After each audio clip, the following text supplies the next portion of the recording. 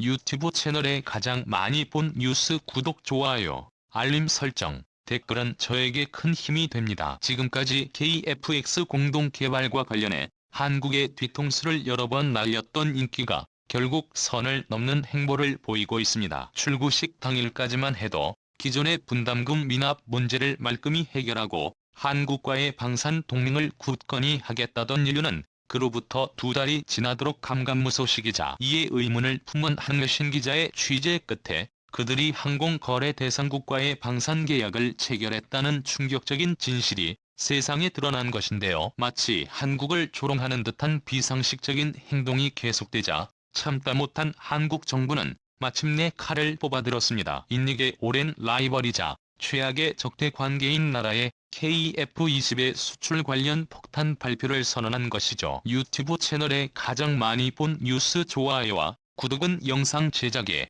매우 큰 힘이 됩니다. 인도네시아 수도 자카르타에 기반을 둔 에어스페이스 리뷰는 최근 인기 정부가 프랑스 다소사의 나팔 전투기 36대 초기 계약을 전격 체결했다는 충격적 내용을 보도했습니다. 현지 매체들의 계약은 인도네시아가 선급금을 지불할 경우 늦어도 올해 11월에 발효된다며 절충 교역 등 일부 구체적인 사항은 확정되지 않았지만 거래의 주체 인프라보호 국방장관이 직접 프랑스 국방장관을 만나는 추진하려는 적극성을 보였다는 점과 이후 인도네시아 공군 참모총장이 라팔 도입 계획을 공식적으로 언급한 것은 물론 다수사 관계자들이 본격적인 계약 준비를 서둘렀다는 사실에서 이것이 루머가 아닐 가능성을 조심스럽게 언급했는데요. 그로부터 이틀 후 카자르 참모총장은 인민은 올해부터 2014년까지 다양한 현대식 방위 장비를 갖출 계획이고 여기엔 보잉사의 F-15의 액수와 추가로 구매 예정인 10에 대해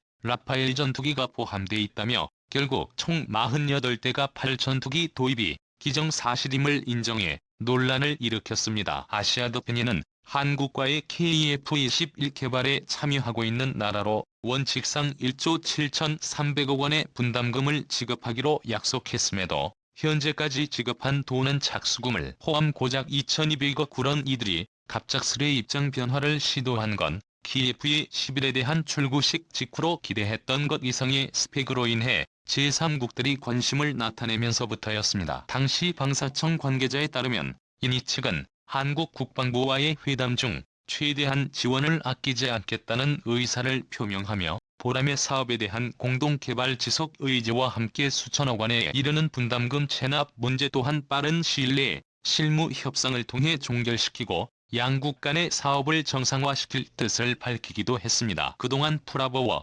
장관은 코로나 사태를 핑계로 한국 정부의 분담금 비율을 20% 10%로 낮춰달라고 요구한다거나 사업 참여와 연계해 50억 달러의 자관 제공 등 사전에 합의된 적 없는 조건들을 내걸며 한국의 심기를 건드려 왔는데 일각에서는 이에 그러한 교활함마저 꺾어버릴 만큼 KF-21의 완성도가 뛰어났으며 조만간 10일 실무 협상을 통해 사실상 중단됐던 양국의 교류도 재개될 것이라는 장밋빛 미래를 그리기도 했죠. 하지만 마치 한국을 조롱하는 듯 또다시 시작된 인류의 통수질의 방사청은 라팔 전투기 도입은 인도네시아 공군 전력의 공백을 보강하는 사업일 뿐 회의의 부스볼 안개발에 미치는 영향은 전혀 없다는 입장을 재차 강조하며 2014년까지 필수 전력을 확보하는 사업과 126년 이후 도입 예정인 KF-11과 비교 대상이 아니라고 해명했지만 정작 현지 보도를 확인하는 데 시간이 필요하다면서도 라팔 전투기 도입 관련 어떠한 통보나 협의가 없었다는 것에 당혹감을 감추지 못했습니다. 그도 그럴 것이 인도네시아의 넉넉지 못한 국방비 사정상 48에 달하는 라팔 전투기를 대량 구매할 경우 KF-21 사업을 포기할 수 있다는 우려가 꾸준히 제기돼 왔고 이것은 단순 분담금 문제를 넘어 한국의 막대한 손실을 초래할 수밖에 없는데요. 당초 한국 정부는 이 일을 발판 삼아 동남아 전체로 시장을 확대할 계획을 세우고 있었고 이미 시장 진출 실패는 사실상 모든 잠재 고객을 뺏길 가능성을 의미했기에 기회비용적 측면상에는 한국 광산 역사상 최악의 악재가 될 수밖에 없습니다. 현재 소식통에 따르면 인도네시아 정부의 공식적 발표가 없었고 특별한 동향도 파악되지 않아 관련 보도가 사실인지 여부에 대한 별도의 확인 절차가 필요하다는 입장이지만 안타깝게도 인기 측이 크게 착각한 부분이 있었으니 한국인들은 같은 방법에 결코 두 번 당하지 않는다는 것이었죠. 해당 소식이 흘러나오자마자 한국 정부는 곧장 인도네시아 전체를 충격에 빠뜨릴 폭탄 발표를 날렸습니다. 그것은 바로 인기의 최대 라이벌이자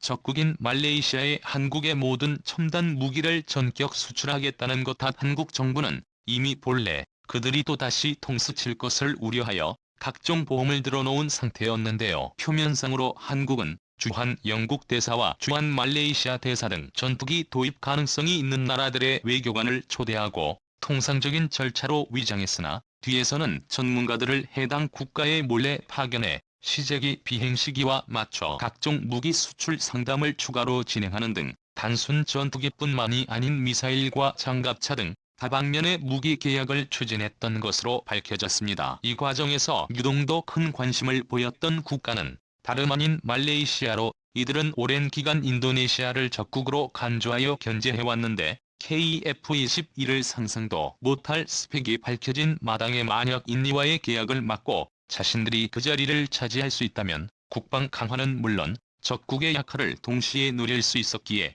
당시 현장 관계자에 따르면 말레이시아 대사 측에 이례적으로 매우 적극적인 협상 자세를 취했다고 전했습니다. 참고로 말레이시아는 굳이 인도네시아가 아니더라도 중국의 1대1로 전략을 우려하여 러시아제 수호의 전투기 성능 개량과 더불어 경전투기 18대를 도입하는 LCT 사업을 추진 중에 있었고 파키스탄이 개발한 JF-17을 후보로 거론하기도 했는데요. 문제는 말레이시아 측이 먼 곳의 적을 공격할 수 있는 전략적 중장거리 타격 능력을 원하고 있음에도 다기능 위상 배열 레이더 첨단 전자장비는 충분하다. 정작 사거리가 짧은 공대지 미사일을 갖춘 JF-17에 불만을 나타냈고 현지 언론 또한 말레이시아 공군 관계자들이 전투기 자체는 괜찮지만 자신들이 요구하는 성능과 맞지 않다며 난색을 표했음을 전격 보도하기도 했죠. 파키스탄 측은 차후 사거리 200km를 피해주시고 공대공 미사일과 350km에 달하는 라드 공대지 미사일로 업그레이드할 것이라며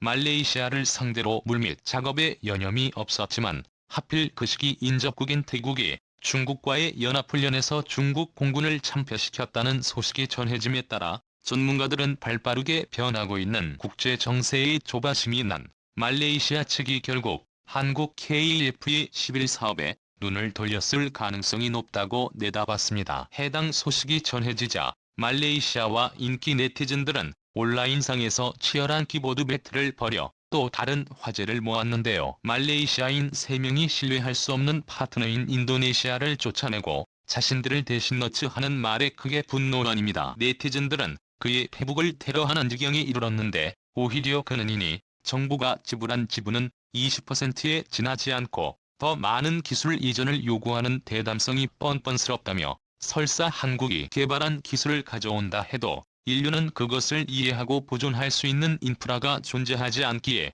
지금이라도 어리석은 요구 조건을 포기하고 계약 불이행에 대한 재정적 손해 청산과 한국에 사과할 방법을 적극 모색해야 한다며 한국인들을 대신은 날카로운 일침을 가하기도 했죠. 참고로 양국이 이 정도로 격하게 반응하는 이유는 다름 아닌 두 나라의 관계가 한국과 일본 못지않은 적대 관계이기 때문인데요. 과거 1962년 말레이 반도를 거점으로 한 말라야와 싱가포르 그리고 보르네오 섬 북서쪽의 브루나이 마지막으로 사바가 말레이시아 연방으로 출범하려 하자 인도네시아는 자신들의 영향력이 감소할 것으로 우려해 극도로 반발했고 이후 4년간의 국지전으로 번지기도 했습니다. 비록 전면전은 아니라고 하지만 인도네시아 군함이 말레이 반도에 상륙하기도 하고 군용기로 공수부대원을 떨구며 낙하한 군인들 대부분이 사살되는 등 살벌한 충돌이 이어졌고 특히 보르네오 섬 동쪽 안발라 지역을 둘러싼 분쟁에서는